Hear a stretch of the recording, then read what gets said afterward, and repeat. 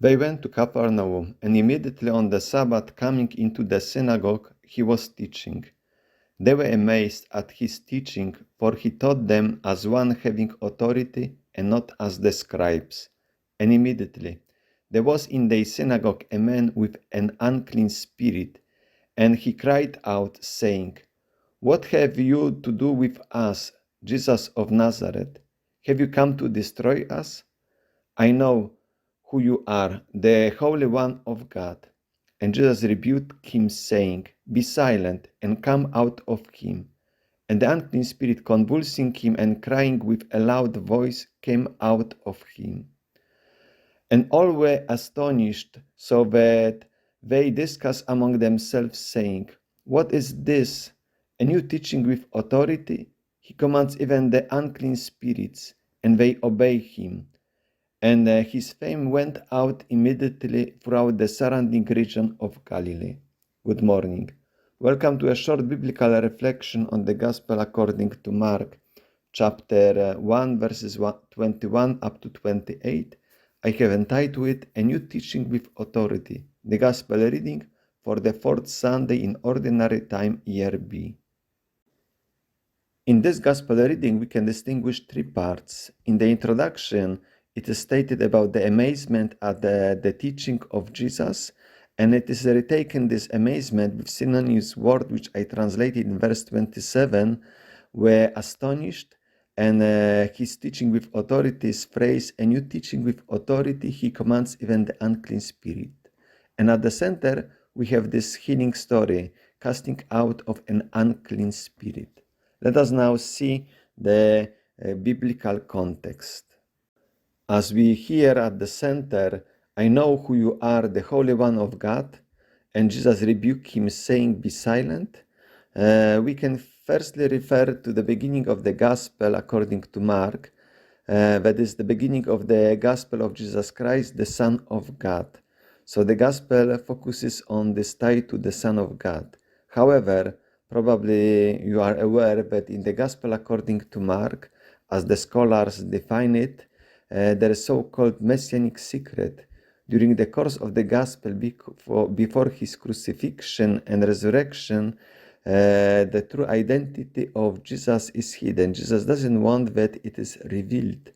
Therefore, consequently, we read, for example, in chapter 3, in verses 11-12, when we have a summary version, in a summary form, description of his activity. Whenever the unclean spirit saw him, they fell down before him and shouted, "You are the Son of God." And he sternly ordered them not to make him known. So we have synonymous now identification, the Son of God, as in our text we have the Holy One of God, and we have the same verb translated here, he sternly ordered them, as in our text we have he rebuked him. So we could also in our text translate it also in a similar way. Then we have also this reaction, which is stress of the unclean spirits, that they seeing him, they fell down before him. And then when we go to chapter 8, in Peter's profession about identity of Jesus, what people say who he is, then Peter, in the name of all other apostles, says, "You are the Messiah." And then we have again repeated the same verb. He sternly ordered them not to tell anyone about him. And finally, at the moment of crucifixion, we have this profession of faith of centurion.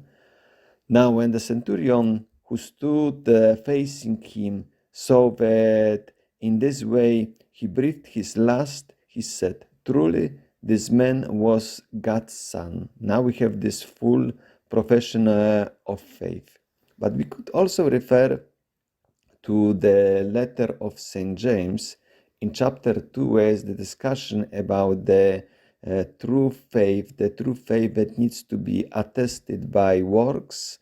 Then in verses 18 and 19 we read, "But someone will say, 'You have faith and I have works.